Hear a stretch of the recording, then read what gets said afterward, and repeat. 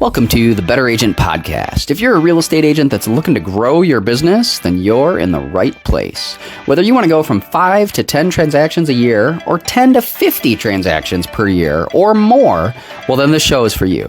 I'm Josh Lovik, your host for the Better Agent Podcast, and in each episode, we'll bring you the tools, tips, and tricks directly from myself and some of the best leaders within the real estate industry. We have one goal in mind, and that's to boost your production and elevate your real estate game. Let's dive in and start creating a better real estate experience together. Welcome back to the Better Agent Podcast. I'm your host, Josh Lovik, and we are having conversations with other agents out there, myself and guests on our show that want to grow and that have grown their significant real estate businesses. And so if you're an agent out there looking to grow your real estate business from maybe 5 transactions to 10 or 10 to 20 or 20 to 30 or 40 or 50 or more, that's what we want to have a conversation about. And that's what this conversation is going to be about today, about growth and just being a better agent out there. So I've got an excellent guest for y'all. Today we've got Dominic Colosimo. And did I pronounce that right, Dominic? Colosimo, but Colosimo. Yeah, no one gets it right Okay. on the first shot. I know, Colosimo, thank you. And I'm your host, Josh Lovik, and I've been in the business, been in real estate for 20 years now, and I've been kind of growing my team since about 2010, and just each year just kind of getting a little bit better and better. And part of my goal on this podcast is to help bring other guests on as well. So Dominic, if you wouldn't mind, maybe just to share with our listeners today a little bit more about yourself and a little bit about your journey in the real estate world. Yeah, for sure. Thanks, Josh. Thanks for having me today. I actually have been in real estate since the end of 2017. And so going on 8 years this year, and started off as a solo agent, left corporate America. I worked in corporate America for my entire career, graduated from Purdue, grew up in a suburb of Cleveland. Big Italian family back home, and most of them are still in the Cleveland area. So I get back to Cleveland pretty often. And then fast forward, moved to Chicago, and then moved all around for corporate America and accidentally stumbled into real estate. My very first real estate purchase was in 2008 when no one was buying real estate. 2008, no kidding. Yeah, that was a down market, right? It was, yeah. I was graduated in 2007 and thought, had $88,000 in student loan debt from Purdue and thought, well, what am I going to do? So usually when everyone's running in one direction, I like to take a peek behind the curtain the other way, and no one was buying homes. And I figured, well, why not? Back then, I think it was $7,000 or $8,000. I was like, what is that? We'll see what happens. Right. Sure. So about a double foreclosure, the builder foreclosed and the person who bought the home foreclosed on their construction loan. So oh my gosh. It was a pretty interesting situation in the condo, but I'm like, man, I'm in my early 20s. I just graduated from Purdue. I am living the city life, and the condo overlooked the skyline. It was in Bucktown, and Bucktown today is a completely different Bucktown than the Bucktown that I lived in my early 20s, almost 20 years ago now. So I bought it and then did like the house hacking thing before house hacking was cool. So I had, the roommate, then I left. Let's just time out. Were you nervous? Yeah. Like the market's crashing and you're like, yeah, let's buy some real estate. I mean, weren't you nervous about that? Like at all? I wasn't. I remember back then, I was like, this is a good deal. This is what kept going through my head. Yeah. And it was an area of probably arrogance and stupidity and not relying on conventional wisdom and early 20s where I'm like, no, I just graduated. Of course I want the condo in the city overlooking the skyline, have a bachelor pad and, hang out and live it. So I think the dream probably got interfered with my, sense of sensibility, I guess is the way that I would put it. So so I just did it. I did it. And the house hacking before house hacking thing is I had the roommate, and then when I moved to the next city and kept moving and buying and renting behind me, I rented this behind me. And I would tell you, I wish I hung on to that property, but about 3.5 years later, as the market started to rebound, I sold that. And not only did I write that $88,000 check to Sally Mae to pay off those student loans, I had a down payment for the next property ready to go. That's amazing. Yeah. And then fast forward, never in a million years did I think I'd end up in Madison. Yeah. Was getting into real estate investing because I love Madison. I met your mom. Your mom actually sold me my very first duplex. My mom, Ruth, she's amazing. Got me into the business as well, right? I mean, she is amazing. She's an influencer, that's for sure. Yeah. And I know I shared this with you before, but even when I was exploring real estate, your mom was a big impetus for me, but also that one quote she wrote me Keep your head and heart aligned. You'll be very successful in this business. Ruth has stuck with me for 9 years now. Yeah. And that's kind of been my own like mission statement. So it's changed my life, man. I met my wife at a Remax event. Yeah. She was going through cancer treatments. We were both dating other people at the time, and then ended up dating each other. Some friends pushed us together, and fast forward, married, 2 kids, own the 608 team together, and the rest is history. There you go, man. That's a great story. That's awesome. Yeah. No, well, part of my story, and I think I'd shared this a little bit with you as well, but for people that don't know, my mom got me into the business as well, right? 20 years ago. And she was working on a condo project on the west side of Madison. I'm wondering what my next phase is going to be. I'm in my 20s, not knowing what I'm going to do next, trying to figure life out. And, she says, oh, well, you can get in. You'd be really good at this, and you could do this and help me out. And so I did. And, one thing led to another, kind of similar to you. And yeah, now here we are. I am 20 years later. Yeah, I've been trying to build kind of our team-based business, Josh Lovik and Associates here in Madison, and doing that for the last 15 years now anyway. So, but it's been quite a journey. It's amazing how, one little spark of a conversation, can really catapult people. And I think that's one thing I've noticed too, is sometimes a lot of people maybe think about getting into real estate or think about even trying it or not sure if they can do it. And I think part of it just takes a little bit of belief. And a little bit of belief in yourself that you can do this, and anybody can do this business. It's not, it's not surgery here. We're not doing rocket science at all. Okay. But we're helping clients, we're helping buyers and sellers, and we're trying to put properties together, put deals together. But, part of it just takes a belief in yourself that you can do it. And if you can, and put your heart into it and keep your head and your heart aligned, I think I've experienced that same thing in my business as well. Keeping those things aligned has definitely helped serve me as well. So that's awesome. Well, cool. Well, let's shift gears a little bit. Maybe tell me a little bit more about, it wasn't always roses, right? The market was crashing. I know you capitalized on your rental property situation, and when you kept moving. Tell me about some of the hardships, Dominic. I mean, I want to know, I'm sure you've had some challenges along the way, right? Oh, for sure. I mean, every experience that we create for a client, every piece of property that I've bought, I've learned something along the way, and it's never gone exactly according to plan.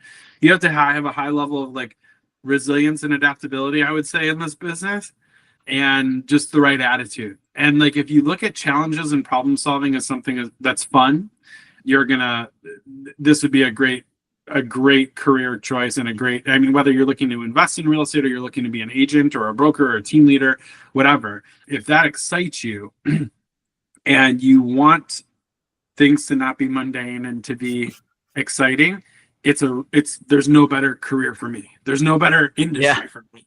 Yeah. And excuse me. But yeah, I would tell you, so is there a specific example that comes out that you can think of say an example of a challenge you overcame or that you came across that was, well, let me share one. I'll share my example. You can think of one. How about that? Yeah, go for it. Sure. Something that's coming to my mind is, because I agree, there's a lot of variety. Every day is different. Every client's different. Every property's different, right? So if you a little bit of variety and adaptability, all those things are definitely important. But I'll remember, I haven't done a ton of investing, but I have done some. And I remember I bought a rental property and I had a tenant in there, and I learned about the eviction process. So if you're going to own rental property, you may deal with evicting tenants at some point. Yeah. And, this one particular tenant happened to be, he happened to be a drug dealer and was wanted by the cops. And yes, I learned how to improve my screening process. Thank you. So, I think, it's kind of hard to deal with, right? It's not like you're just investing in the stock market and you watch your stock portfolio every month, right? If you got a problem at your property with people, you got to deal with those people and now getting them out and everything else. So, but in some ways it was really interesting because it also helped me change and adapt and improve my forms and screening process going forward for my other properties that I also had. So yeah, I think it's interesting, right? You have a challenge, and it helps you in some other ways, and in turn can help you even long term. So anyway, for sure, that's the challenge that came up for me just as we were thinking about this. But Yeah, I think anytime you're dealing with tenants, I had a situation where I had, a sad situation. I had a tenant that had a hoarding issue and a smoking issue. And by smoking issue, I mean would fall asleep and cigarettes would still be lit and then caught a unit on fire. Oh my And God. we had to repair that. So over $4,000 or $5,000 in damage on, items that needed to be removed, and then all the actual structural repairs. So that's happened. I think everyone's got those horror stories. Wow. I'll tell you though, the biggest challenge that taught me to persevere though actually came down to lending. And Okay. as I had a chance to think about it, because we could talk about a million different tenant stories, but I think Sure. Yeah. as you get through when you're at the point of leveling up, I actually had a property under contract that I was ready to increase door count, unit count, and the bank came back and they said we can't lend you anymore. And I was like, why? I had W-2 income at the time and all that, and they're like, because our internal policy is no more than 6 units. So I'm bummed. I'm like, I can't get this right. I'm thinking through it, and this is before I was an agent. And I was like, there's got to be a way. There's got to be a way. And that's when I pulled back this curtain on not all banks are created equal, not all lenders are created equal, there's always a way. Everything is figure outable. Sure. And this was a situation then where I went to a different bank. I explained the situation. I explained where we were at, and they were able to actually portfolio the loan for me. And I wasn't going to let this new 4-unit deal fall apart. And that bank was a local bank willing to work with me, willing to look at my portfolio, willing to really think outside the box, because the other big banks that I've used before always wanted me to fit into some type of mold that they had or some type of cookie cutter situation they had. And I would tell you that was pivotal, because I could have easily just said, okay, no one can lend to me anymore. And figuring out a way past that was big, because then that's how we were able to go from 6 units to 20 units to 42 units. And then, that same bank kind of was the catalyst in helping waterfalls from there. Exactly. Wow. That's awesome. Well, they obviously had the foresight to know that, right? Yep. They kind of said, okay, well, this may seem like a risk potentially, but we see where this guy's going. And so, that's pretty awesome. So that would be a good piece of advice too. Some of lending is just confidence and having a business plan and going in and letting people know what you're trying to do. And if they'll work with you, they'll work with you.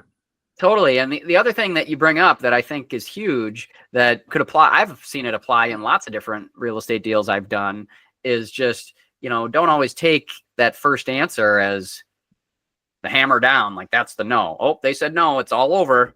Nope. We can try something else. We can try a different bank. Oh, the inspection was terrible. Deal's off. No, we can work through the inspection. We can get a credit. We can work on a repair. We can do whatever. But I think part of it is, for leveling up, like you said, I think a good agent will level up, will find those alternatives. They will find those solutions. They will keep digging a little bit deeper to try to find that next option. Because if we I think it is kind of maybe a rookie mistake in some ways to just, oh my gosh, well, it's going to fall apart now. It's over, and the bank denied the loan. I guess we're done. Yep. And sometimes, I've heard agents a lot of times too, sometimes they'll say, well, there's nothing I could do. The bank declined the loan. And you could take that and just run with it, or you could have a different story. Figure it out. Yep. You could figure it out. You could create a different story, find a different solution, find a different option, and look for it. So, because there are solutions out there if you look for it. And sometimes you got to dig a little bit deeper to find them. So, but I love that for sure. What else has noticed? So I know you lead a team in the Madison area here as well. What have you seen? If I'm an agent, a smaller agent, maybe even a solo agent, maybe looking to potentially grow a team or get into that world, how has that been a good decision for you or not? Or what advice would you give to maybe an agent that's maybe looking to grow their own team as well? Yeah, I'll take that from both angles, because I started off as a solo agent, and I think, learning, our thought around the team was to try to provide agents with something that we didn't have that can help them get into production faster.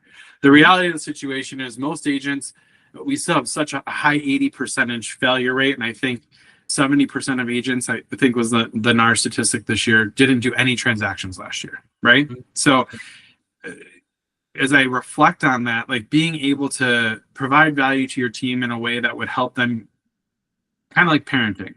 Mm-hmm. Have something you didn't have that can set you up for success without also making you entitled and giving you everything, because you still have to be hungry. You still have to want to produce. You still have to have that fire in your belly that will allow you to, unleash that entrepreneurial spirit that it takes to really be an agent, right? Mm-hmm. However, the other side of me is also saying there is such power in partnership and collaboration. I really do think the generation before us had this scarcity mindset in real estate that said, if I don't have it, someone else has it, or someone's taking what I have. Sure. Some of my best partnerships, I was so excited to do this episode with you, and some of my best partnerships are right here in our backyard. There are agents that are right here in the backyard, because the other side of the coin is it's also the most insane business, because you have tens of thousands of agents out there trying to do the exact same thing. Mm-hmm. Totally. Yeah. At the end of the day, we're just helping buyers and sellers, right? Like you probably have a buyer process or a buyer packet of some kind, right? A listing process when you put a sign in the yard, right? We're doing similar things. Exactly. But, I mean, at the end of the day, right, we're trying to help our clients the best we can. And so I think there's much a bigger opportunity to collaborate than there is to compete, in the sense that, I mean, we might both compete for the listing or something like that, but if people might choose to hire you, that might be different than the people that choose to hire me, and vice versa. Who knows? People choose their agent based on different factors, and so much of it can be personal relationships or other things. Who knows? But I think that's an interesting thing. I think there's a huge opportunity to collaborate in this business. I've noticed that too, even I know, especially, I mean, the company we're at now, we're a part of EXP. And one of the things I love about it too is that collaboration culture. I mean, it's just got a culture of collaboration and helping one another. And so that's been exciting for me to be a part of as well. But I know that's not like that everywhere. Yeah. Some firms and some agents. Yeah. There's some out there that just are very guarded and don't want to share. And they believe that, their own way of doing things is the only way. But, and that's fine. There's different ways to go about it, right? There's lots of different ways to be successful in this business. And in some ways, that's kind of what I like about it. Like, it is very entrepreneurial in the sense that anybody can be very successful, but I think the agents that choose to be a little more open-minded and choose to collaborate a little bit more, they tend to just grow that much more and that much faster. Absolutely. 100%. Yeah. So our whole goal then, we're part of, I guess when you go back to your original question too, like, we always looked at our team on top of our partnerships. I think when it comes to someone, I think your original question was like somebody looking to build a team. Sure. If you're looking to build a team, your team should be your business. And you should be looking at your team on top of the brokerage, on top of the coaching platform that you use, on top of any of the ancillary partnerships that you build, because your team's the actual company. And what I see a lot of people do is they will consider themselves an agent to the brokerage or a team of the brokerage. And I think that's the wrong mindset. Okay. I think the teams, and I think that the team owners decide who they partner with. Josh Lovik and Associates doesn't lose its mission, vision, core values, and representation in the community, whether they're with EXP or Remax or Keller Williams or whoever, right? Right. And I think that's the power. Where too many times I see teams that will say, oh yeah, we're a team with Coldwell, right? Right. And I think that, I think that's an elevated agent to agent partnership. There's a place for that too. But I think to truly be a big and successful team, you have to be able to stand alone as your own brokerage and choose it's better not to. Mm-hmm. And if you can do those, I think you have really good foundations. Yeah, boy, that's interesting concept. I've never really thought about it that way, in terms of, your team sort of on top of the brokerage rather than just with the brokerage or with whoever. I mean, I think because for the most part, all agents are 1099 independent contractors, right? So they are. It's up to them to, feast or famine. It's up to them to make it happen. And it's up to them ultimately to drive any company dollar to any brokerage or team leader or anything, right? I mean, that agent, unless that agent pulling together that buyer or seller or that client makes that deal happen, then there's, that's on top of everything. So that's the fundamental crux of the equation in some ways, right? Totally. And so keeping that in mind, and also keeping, I think the other thing that's coming to my mind too is like just the branding of it, right? Like in some ways, right? Dominic is a brand, and yeah, I'm a brand, and an agent on my team, their own brands within their own markets and their own spheres of influence and their own people. And, just getting the word out that they're maybe with your team or my team or our brokerage, like that's certainly a part of it, part of the co-branding and being part of it. But I think, just recognizing that power that they carry as a person and as a human and as a business owner as well. Yeah, that's interesting. For sure. To think about. Yeah. All right. Yeah. What else can we talk about today? Anything else on your mind? I know you said you were excited about this conversation with me today. So I don't know, maybe I'll throw it up to you. Why don't you, any questions on your mind that you think our listeners would value, or things that you might want to share or talk about? What do you do to keep yourself in a growth mindset? Growth mindset. So that's super important, I think. Well, one of the things definitely on all the books behind me, right? I'm a big reader and always have been. I mean, I just went to college and just kind of got into that habit of reading a lot. And so I'm always kind of picking up the next book or going to the next seminar or growth thing. I mean, I've gone to pretty much every real estate designation course through that's offered, and I've done it not all in 1 year, right? I've done it over time, but I just have always kind of taken it upon myself to try to find some type of event or class or growth opportunity every single year. And so I think it's just an important part of, refining my skills as an agent and as a person, and growing my confidence and my skills and expertise. And so, I've done that for years, and just every year I identify, okay, what are the things I'm going to do this year? What are the events I want to go to that I think would help my growth? What are the people I want to be surrounded by, or coaching or books or things like that I want to do? So I think doing that has always been fundamental. And then related to that, or maybe unrelated, is, for me personally, is kind of my physical fitness, honestly, is, I was in the gym this morning at 5 a.m. And I know some people say, oh my God, I could never get up at 5 a.m. Well, that's because you go to bed too late. Okay. I can't get up at 5 a.m. either, but if I go to bed at 9 the night before, then I can. So, I know that I'm a better version of myself when I do go to the gym and when I do work out and I do exercise, whether I'm out riding my bike or out snowboarding or going for a run or in the gym. I got to stay active. And that's just a part of keeping my mindset in that growth mindset, but also positive, because if there are challenges, right? We talked about that at the beginning of this call today. And, there's challenges in this business, and your world can get rocked. And if you don't have the mental strength and the fortitude to keep going in that positive growth mindset, you're going to get thrown as well. You can have a bad inspection or a bad appraisal or a bad call, even, go throw you sideways. But if you have the fortitude and the perseverance and the mindset to keep going, then you're going to roll right through that. Okay, on to the next. Here we go. Let's keep it going. So for me, like I said, physical fitness is top of the list for sure. Nice. I love that. Yeah. So how about for you? Reading is a lot. I was admiring your bookshelf right before we went live. A lot of the same books. And you know what? I think I would call it like keeping current. There's a couple things that I look forward to every year. I'm a pretty we are part of a Remax brokerage, but I'm like a brand agnostic kind of guy in my soul, because I feel like there's so much that we can learn. So like last week I turned 40. Yeah. Warren Buffett does his annual Berkshire letter. Oh, okay. Every week during, my birthday week. So I pull that up the Saturday morning, and just, such a succinct, clear communicator, and gives you just such good perspective. So I read that every year for my birthday. It also happens to be right around Keller family reunion time. So I watched the Gary Keller presentation, which also overlaps with R4. So I watched the Remax presentation. And I just feel like there's nuggets in there for everybody. So I'd say besides reading, my biggest thing is keeping current. Yeah. And man, I wish I was as disciplined as you. I'm at, 2 to 3 days a week, 6 a.m. at the gym. But I've gotta find that routine. 4-month-old at home now, and we had 2 under 2 for a little while here, and I do those days, those mornings I start at the gym. I am rocking those days, and the days I don't, I'm average or above average, but it feels different.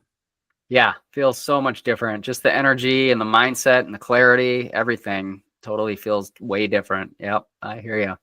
Yeah, no, well, I'm not perfect by any means. There's, but I know that the days that I'm there at least 3 or 4 days a week, I'm a much better version of myself. So that's for sure. But there's always times, I don't make it there every day, or maybe sometimes even go a week at a time, don't make it. But, if I can get back on and get back focused again, it definitely helps for sure. So, well, that's cool, man. I love it.